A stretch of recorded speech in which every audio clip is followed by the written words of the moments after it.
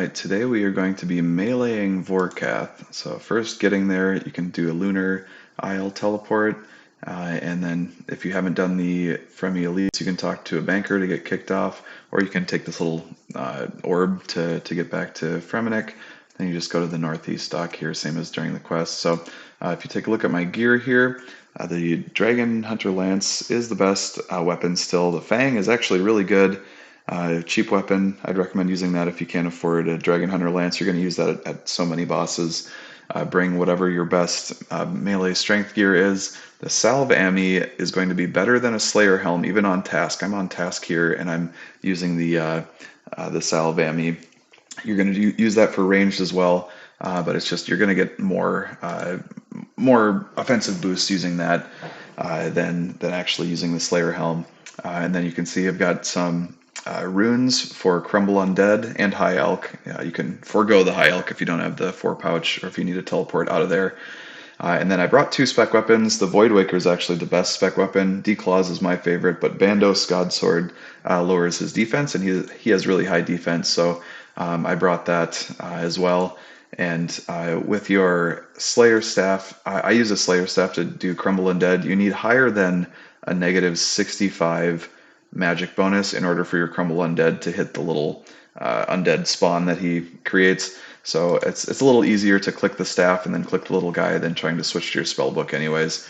And then you see I've got an anti-venom and a super extended super anti-fire potion. So anti-venom plus and the extended super anti-fire. And you don't need a Dragonfire shield if you're using melee because you've got that potion, and then protect from mage, which helps defend from the fire, the dragon, fire breath attacks that he does. So drink your pot, get your spec weapon out, and for quick prayers, you're going to use Piety and protect from mage the entire time. So set that up as quick prayers.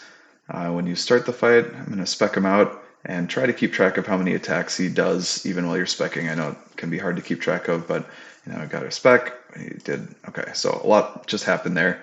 I hit him with my Bandos Godsword, which means it reduces defense by the amount I hit. 29, fine. That's fine. I'll only use 1 spec for this kill anyways. But if you miss, you might as well try and spec him again.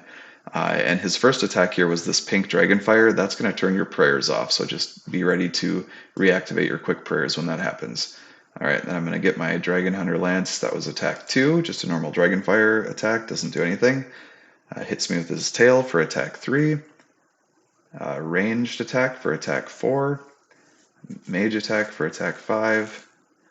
Another mage for 6. And then on his 7th attack, every one of his 7 attacks is going to be one of his special attacks. So that's either the acid pool or the little undead spawn that he creates. So since we don't know which one it's going to be, it alternates, but the first one is random. So I'm just going to assume that it's a acid pool attack. So you can see I've got run off because you want to walk during the acid pool attack. And when you know it's coming, I like to walk away from him because typically he'll throw some acid down on this front line if you're standing next to him. So I'm going to walk away, sure enough, and then you just walk up and down until his Dragonfire attack stops. You can turn your prayer off, eat up while you're walking here.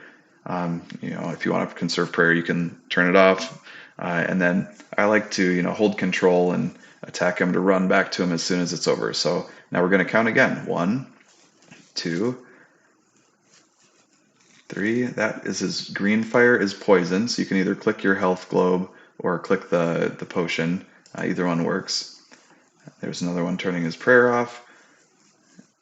Range, and since he did his acid spit attack on us last time, this next spec is going to be, he's going to freeze us in place and send out a little spawn, and we just hit it with our Crumble Undead autocast. Make sure you have your autocast set up here. And you don't need to walk away from him when he does that. It's fine. You can click off so you stop trying to attack, but you just get your Crumble Undead on that little guy, eat up.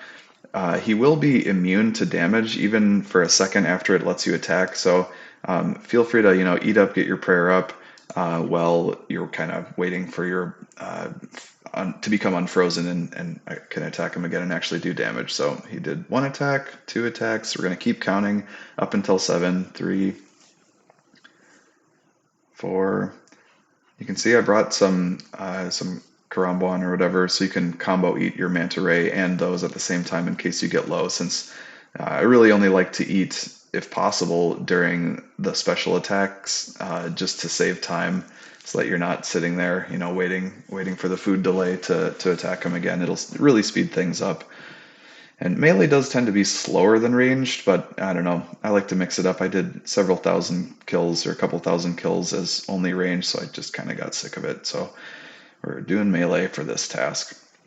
All right, but that's pretty much it. You're just going to keep repeating this. Oh yeah, there was a new one that we hadn't seen before. He launches that fireball up in the air, and that's when I really like to hold control when I click to run. If your run is off, control click will make you run. You just need to get 2 squares away from this blast. If you're directly under it, it'll one-shot you, no chance. If you're next to it, I think it does, 40 or something damage, which is still not great.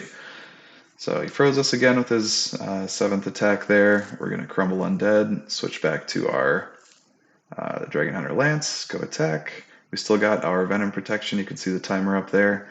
So he's going to die here, and I think that's going to be all she wrote. Still no pet, even though it is 3,176 kills in. So I'm not that dry yet, but someday maybe I'll get that pet. So, all right. That is all for Vorkath Melee with some updated things for this time around, and hopefully it was a little bit better than my last Vorkath video. That one wasn't great, so let me know if there's any other bosses you'd like to see. Otherwise, we will see you next time.